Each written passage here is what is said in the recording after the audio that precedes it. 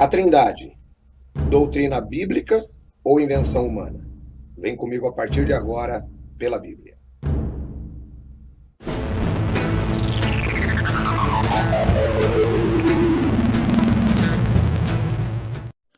Olá para todos! Que prazer estar de volta aqui no programa Pela Bíblia. Perguntas e respostas. Eu sou Mauro Maier. Estamos juntinhos com o nosso querido professor Edson Reis. E aí, professor? Olá, Mauro. Que bom estarmos juntos mais uma vez pela Bíblia, perguntas e respostas. E a cada dia o internauta tem crescido na graça e no conhecimento a partir dos estudos que são desenvolvidos aqui no nosso canal Pela Bíblia. Eu quero convidar você também, que ainda não se inscreveu no nosso canal, que se inscreva. Deixe o seu like, que com certeza ajudará essas informações a chegarem mais longe. Vamos lá, Mauro. Estou interessado na pergunta de hoje. Que beleza, maravilha, professor, é isso aí. Olha, professor, hoje é um dia muito especial porque a pergunta de hoje é uma pergunta que muitas pessoas se fazem. Quem fez ela é a nossa querida irmã Maria do Socorro. Ela é da cidade de Pindamonhangaba, alô, Pindamonhangaba, em São Paulo. E ela pergunta, vamos lá, a Trindade é uma doutrina bíblica? E aí, professor, é hora da verdade, direto pela Bíblia. Vamos lá, professor!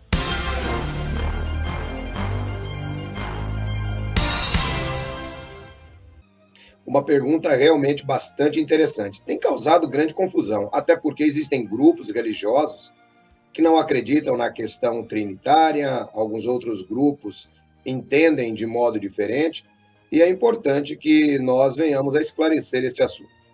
Vamos trabalhar, então, esse posicionamento bíblico, porque a internauta pergunta, será que é bíblica a doutrina da Trindade? Poderíamos iniciar dizendo que sim. O texto de Deuteronômio 6,4, muitas vezes ele é mal compreendido pelas pessoas que não entendem a questão da doutrina da Trindade. Então eu vou ler aqui. Ouça, ó Israel, o Senhor nosso Deus é o único Senhor. Perceba que o fato de dizer que o Senhor nosso Deus é o único Senhor, algumas pessoas dizem, olha, tá vendo aqui? A Bíblia não diz que Deus seja uma trindade.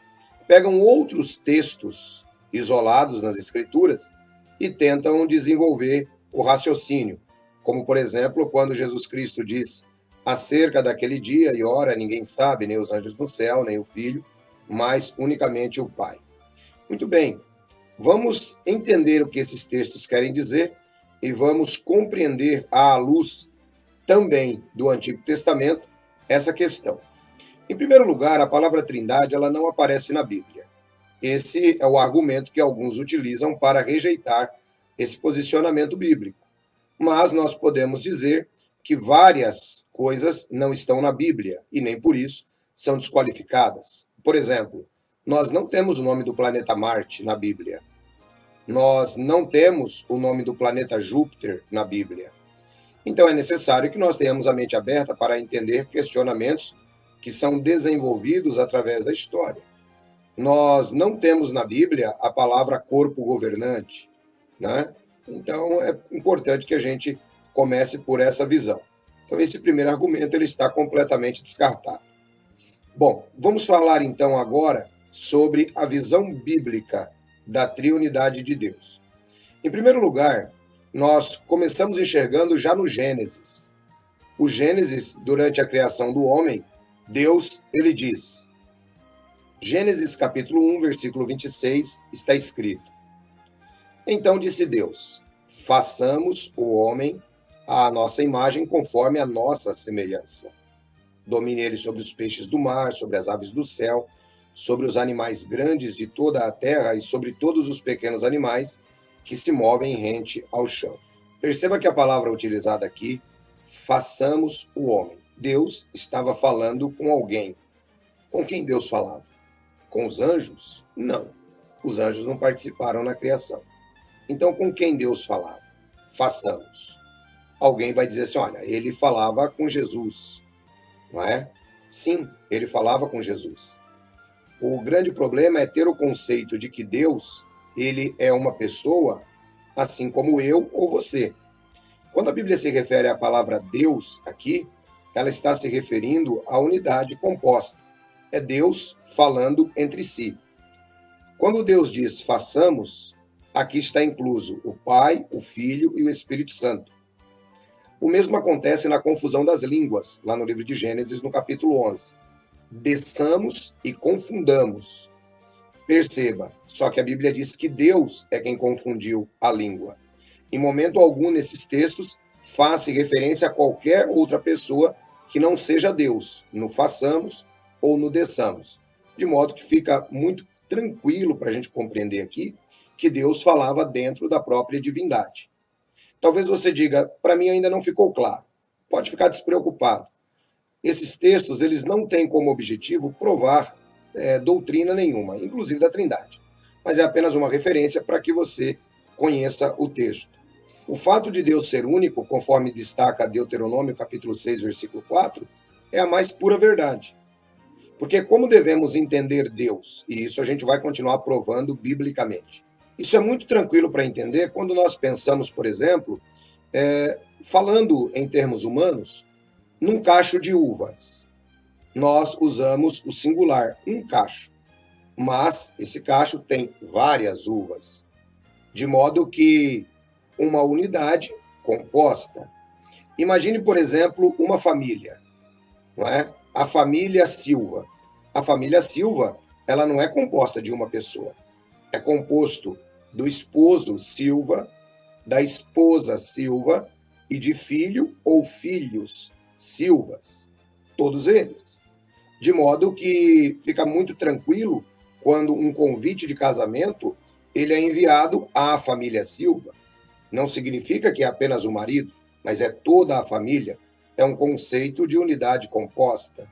Se você pegar um dicionário, você também vai perceber, e conforme é admitido por alguns grupos sectários, que a palavra Deus, ela significa também poder.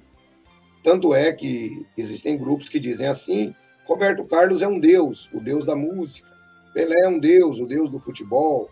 De modo que a palavra Deus, ela não pode se restringir a uma pessoa física, assim como nós. A palavra Deus, ela tem um significado muito mais amplo. Tanto é que, de origem desconhecida, era utilizada lá na antiga Mesopotâmia simplesmente a palavra El. O nosso grande erro é pensar em Deus assim como a mitologia propôs Zeus. Não é? Zeus, segundo a mitologia, é sim um senhor de barba branca, o deus dos raios, o deus dos trovões, e ele é quem comanda todo o universo a partir de um local onde ele está sentado.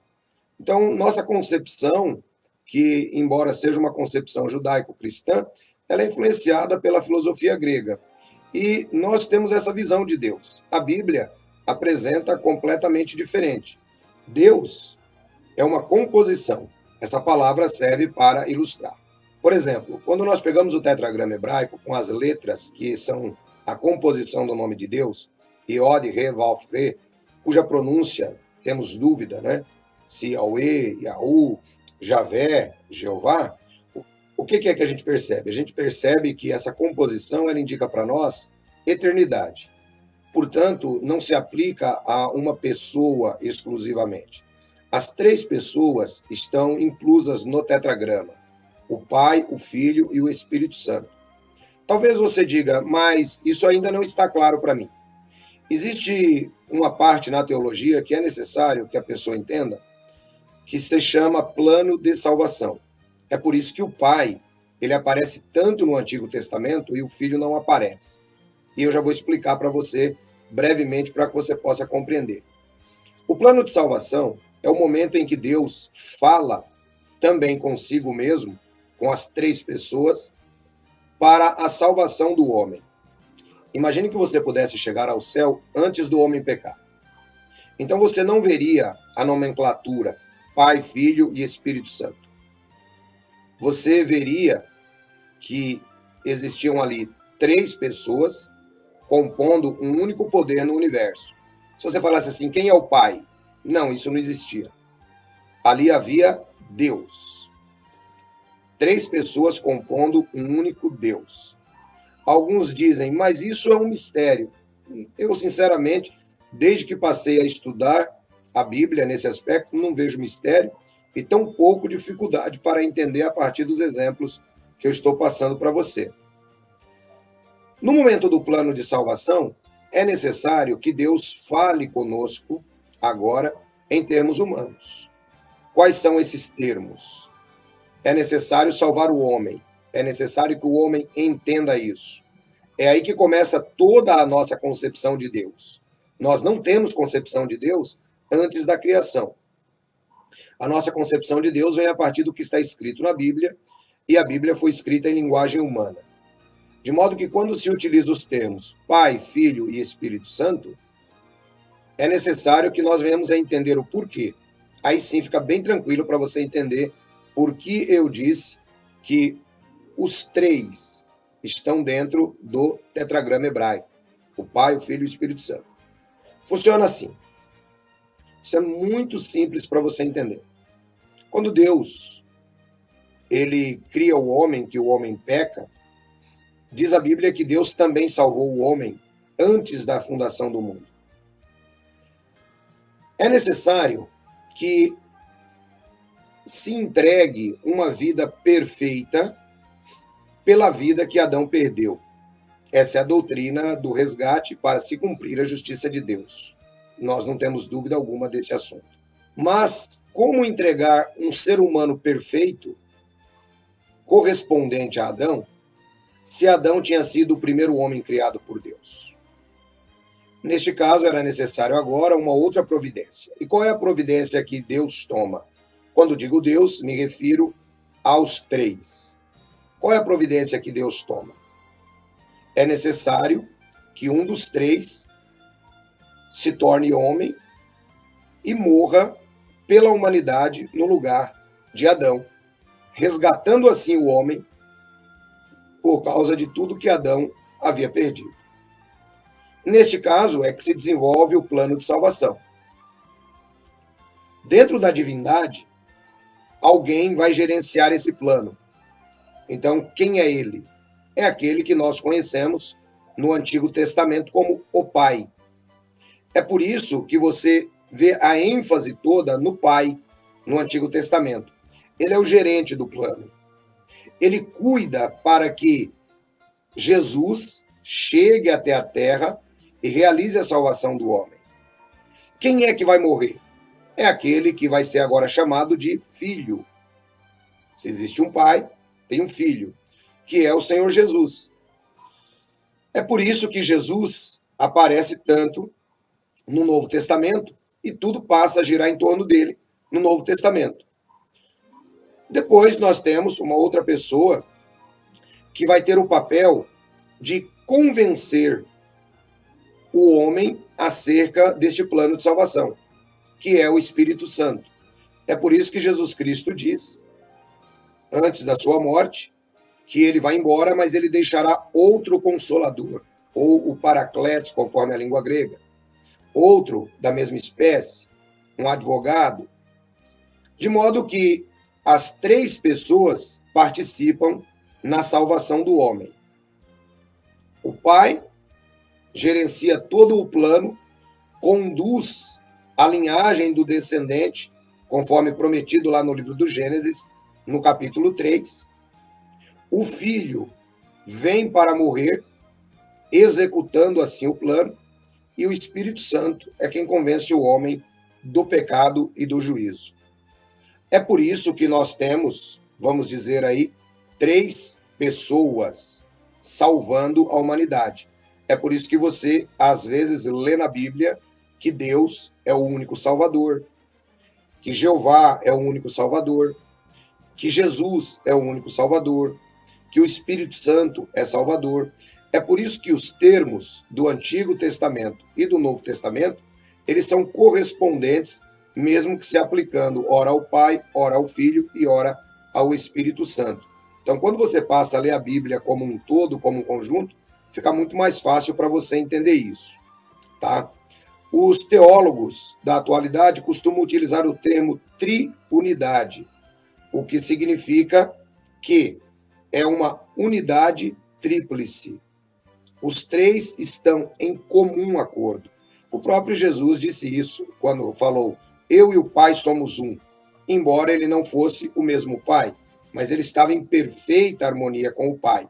E é dessa maneira que nós devemos entender também a triunidade de Deus, ou trindade.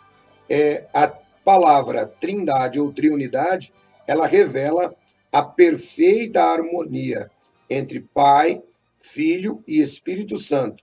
São os três poderes que agem dentro da divindade chamada Deus. Não são três deuses, porque senão isso seria triteísmo, tá? Então não são três deuses, é apenas um Deus, é uma divindade composta por três pessoas. Diferentemente do que alguns sectários às vezes preguem e acusem os cristãos não acreditam em um Deus com três cabeças. Os cristãos não acreditam em um Deus com três faces. Não. Os cristãos acreditam em um único Deus, conforme nos diz o Shema, em Deuteronômio capítulo 6, versículo 4. Yahvé, nosso Deus, é único. Sim, Yahvé, porque em Yahvé está Pai, Filho e Espírito Santo. Será que nós temos como comprovar isso biblicamente? Sim, temos. Vamos agora ao testemunho bíblico, que eu gostaria que você acompanhasse comigo. Isaías capítulo 6, ele nos traz uma visão do profeta, onde Isaías revela ter visto Jeová, na nossa língua portuguesa. Tá? Na tradução original está escrito o tetragrama. Então o texto, ele utiliza a palavra Jeová, Yahvé, Yahweh, Yahu, do jeito que você preferir pronunciar. Tá? É só importante saber que aqui está escrito, e eu vou ler como na língua portuguesa, Jeová, para você entender. No ano em que o rei Uzias morreu, eu vi Jeová assentado num trono alto e exaltado, e a aba da sua veste enchia o templo. Percebam que Isaías disse que no ano em que o rei Uzias morreu, ele viu Jeová. Então fica claro para nós que Isaías disse ter visto Jeová. Acima dele estavam serafins, cada um tinha 6 asas, com 2 cobriam o rosto, com 2 cobriam os pés e com 2 voavam. E proclamavam uns aos outros: Santo, Santo, Santo é o Senhor dos exércitos, a terra inteira está cheia da sua glória. Ao som das vozes, os batentes das portas tremeram e o templo ficou cheio de fumaça. E então gritei: ai de mim, estou perdido, pois sou um homem de lábios impuros, e vivo no meio de um povo de lábios impuros, e os meus olhos viram o Rei, Jeová dos exércitos.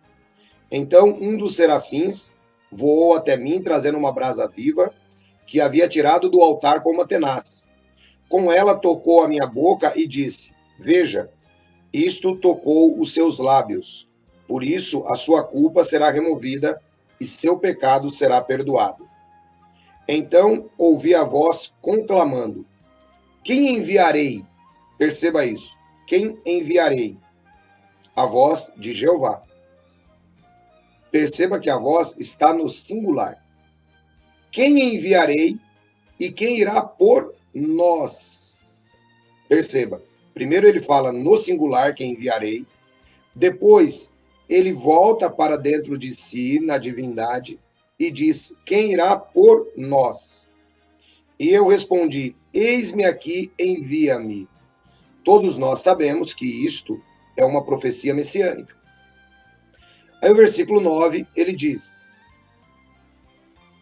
vá e diga a este povo, estejam sempre ouvindo, mas nunca entendam, e estejam sempre vendo, e jamais percebam. Torne insensível o coração desse povo, torne surdo os ouvidos dele, e feche os seus olhos, que eles não vejam com os olhos, não ouçam com os ouvidos e não entendam com o coração, para que não se convertam e sejam curados. Olha que interessante isso. Isaías diz ter visto a glória de Jeová dos exércitos. Aparece uma fala de Deus, a quem enviarei e que irá por nós, pela própria triunidade. E agora nós vamos ver o texto correspondente no Evangelho de João, no capítulo 12. Perceba que interessante. Isaías diz ter visto a glória de Jeová. Quando nós recorremos ao Evangelho de João, no capítulo 12, nós percebemos algo muito interessante. Essa passagem é citada pelo apóstolo João. E para nossa surpresa, veja só o que João diz.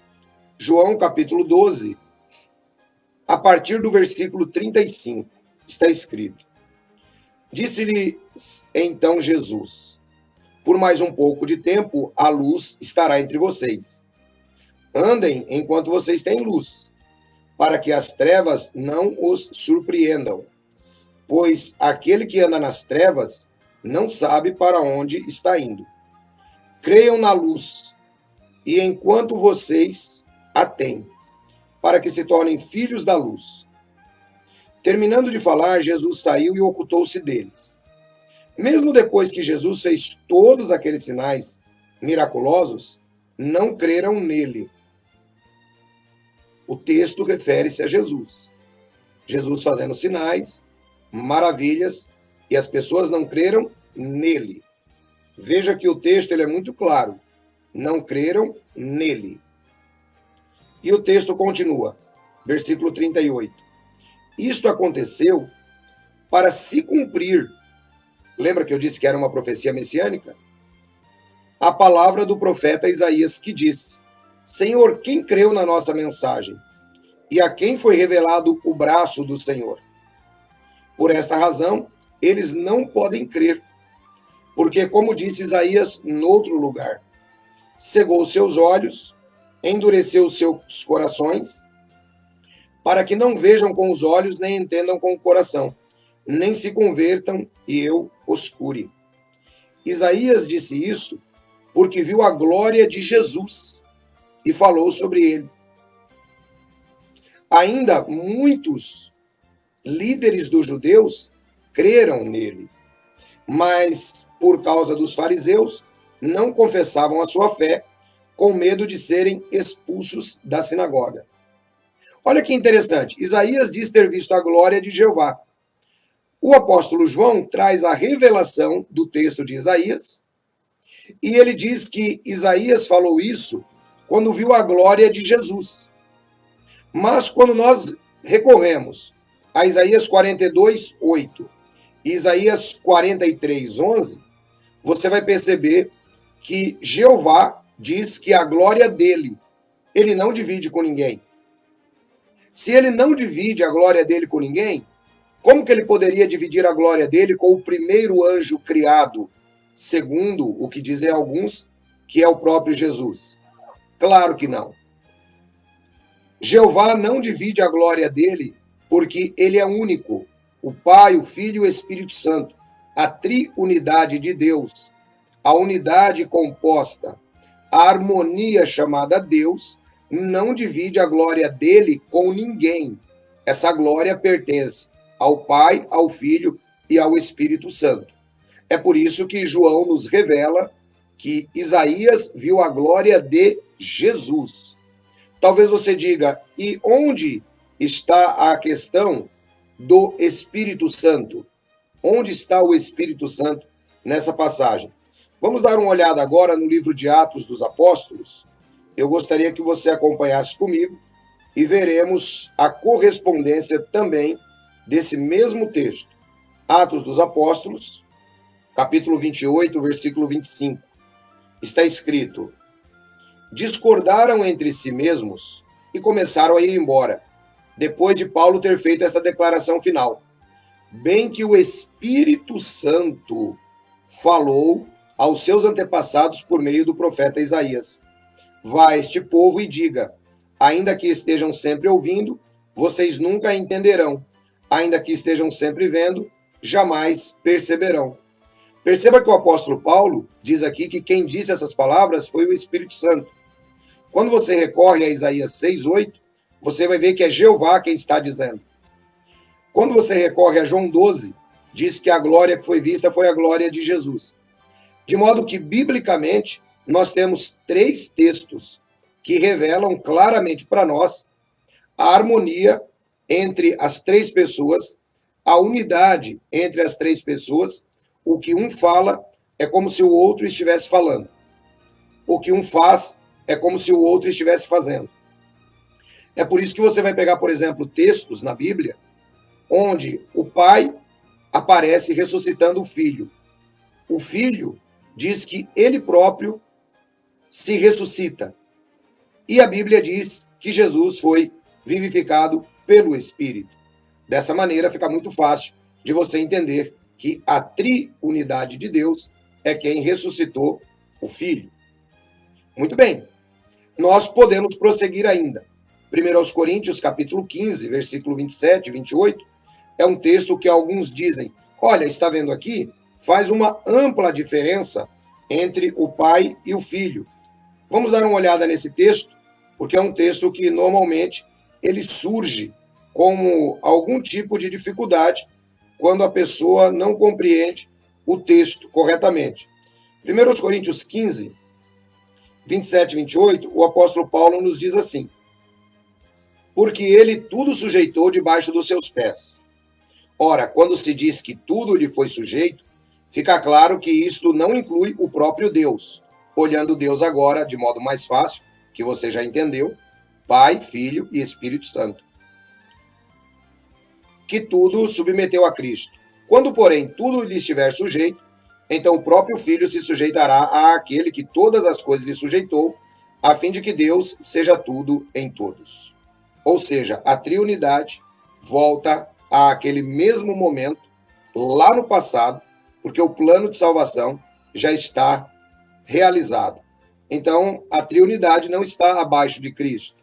E Cristo, quando ele termina de cumprir o plano de salvação, então ele próprio retorna à sua posição dentro, vamos dizer, humanamente falando, da triunidade, sujeitando-se também a ela, como sendo Deus, ok? É importante entender esses termos humanos para que você não faça confusão. Marcos 13:32, acerca daquele dia e hora ninguém sabe, nem os anjos dos céus, nem o Filho, mas unicamente o Pai. Por que o Filho não sabia?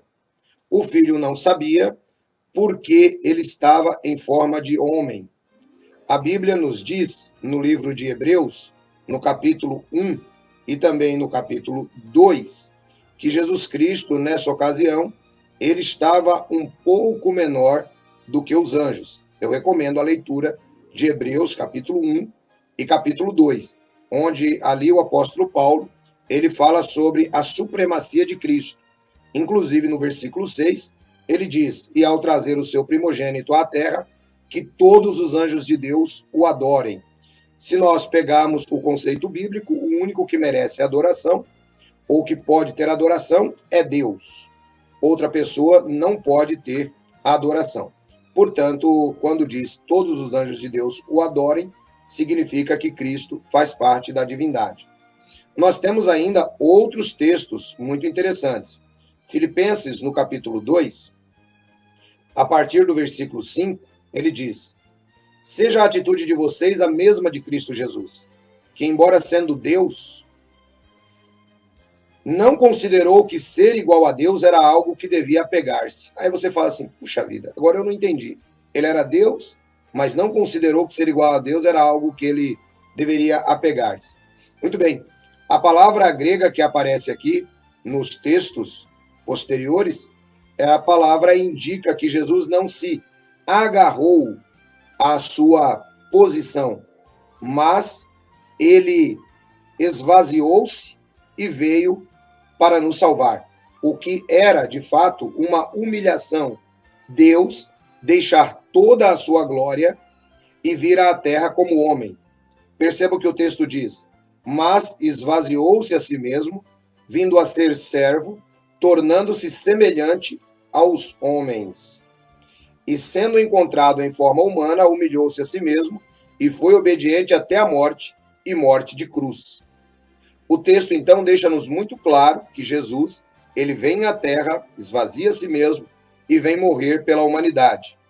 É por isso que havia momentos na vida de Cristo que ele colocava sempre o Pai acima de tudo, porque ele estava na forma humana. Então fica muito fácil quando a gente compreende isso. Quando nós damos uma olhadinha no livro de João, lembrando que o livro de João foi escrito depois do Apocalipse. E por que que isso é importante? Porque João é o único apóstolo que vai ao céu em visão e que vê Jesus em glória, assim como Isaías viu. É por isso que ele pôde citar aquele relato lá no capítulo 12. Agora nós temos aqui João capítulo 5, por exemplo, no versículo 22 até o 24, existe uma palavra muito interessante aqui. Jesus diz: além disso, o Pai a ninguém julga, mas confiou todo o julgamento ao Filho, para que todos honrem o Filho, como honram o Pai. Aquele que não honra o Filho, também não honra o Pai que o enviou. Por que que Jesus disse essas palavras? Veja que ele se coloca no mesmo nível que o Pai, porque dentro da divindade não existe maior nem menor. Os três são coiguais e coeternos. Qual é o motivo de Jesus ter dito isso? Quando nós retornamos um pouquinho mais, no mesmo capítulo, no versículo 17 em diante, está escrito: disse-lhe Jesus: meu Pai continua trabalhando até hoje, e eu também estou trabalhando. Por esta razão, os judeus mais ainda queriam matá-lo, pois não somente estava violando o sábado, mas também estava até mesmo dizendo que Deus era seu próprio Pai, igualando-se a Deus. Ou seja, os judeus, eles entendiam perfeitamente que Jesus dizer que era filho de Deus significava que ele tinha a mesma natureza de Deus. É por isso que eles diziam que eles eram filhos de Abraão. Eles sabiam muito bem o que significava para um judeu ser filho de. No caso, Jesus, dizendo ser filho do próprio Deus, tornando-se igual a Deus, fazendo-se Deus. Eles consideravam que aquilo era uma blasfêmia. Depois nós pegamos o Evangelho de João, no capítulo 8, nós vamos perceber ali que no debate de Jesus com os judeus, ele diz assim: Abraão, pai de vocês. Perceba, Jesus fala com eles a mesma língua. Abraão, pai de vocês, regozijou-se porque veria o meu dia. Ele o viu e alegrou-se. Disseram-lhe os judeus: você ainda não tem 50 anos e viu Abraão? Respondeu Jesus: eu lhes afirmo que antes de Abraão nascer, eu sou. Então, eles apanharam pedras para apedrejá-lo, mas Jesus escondeu-se e saiu do templo. Olha que interessante. O que é que Jesus falou demais aqui? Por que eles pegaram pedras para atirar em Jesus? Porque Jesus usou a expressão eu sou. Eles entendiam muito bem que eu sou era a correspondência da expressão que aparece no Velho Testamento para Jeová, onde, inclusive, traz a raiz do nome de Deus, o tetragrama hebraico com as 4 letras Yod, He, Vav, He, que dá a ideia de eternidade. Quando Jesus disse eu sou, Jesus estava exatamente se referindo que ele era o tetragrama. E é por isso que os judeus pegam pedras para atirar em Jesus. A palavra grega traduzida aqui é eguemi, que é a mesma palavra hebraica, conforme traduzido na Septuaginta e também traduzido posteriormente. Existe uma versão da Bíblia, que não pode nem ser considerada Bíblia, chamada Tradução do Novo Mundo, que ela verte essa expressão como antes de Abraão vir à existência, eu tenho sido, ou eu já existia. Não, essa não é a ideia. A ideia é dizer que Jesus é Deus. É isso que João quis mostrar para a gente aqui.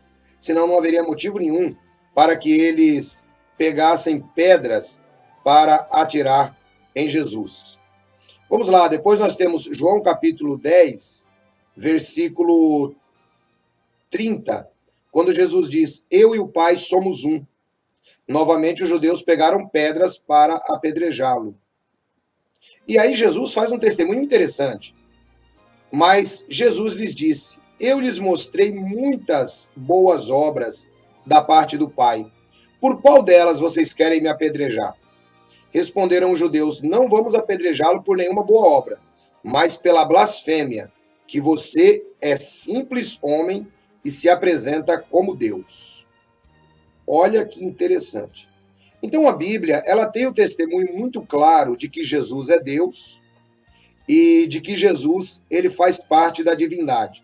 Quando nós pegamos o Evangelho de João, capítulo 1, versículo 1, o que é que nós lemos ali? No princípio era o Verbo estava com Deus e o Verbo era Deus. Não era um Deus, era Deus. Então a Escritura é muito clara ao mostrar a divindade de Cristo e, ao mesmo tempo, mostrar que Jesus faz parte da divindade. Agora eu quero aproveitar e trazer para você um conceito histórico, porque alguns dizem: olha, a doutrina da Trindade ela foi desenvolvida lá no Concílio de Nicéia. Será que isso é verdade? Eu quero trazer esse ponto para você agora, para que nós possamos finalizar este assunto. Não foi no Concílio de Nicéia. Aliás, existe um grande erro quando se trata de concílios. Dizem que o Concílio de Nicéia foi onde definiu-se os 4 evangelhos que participariam da Bíblia.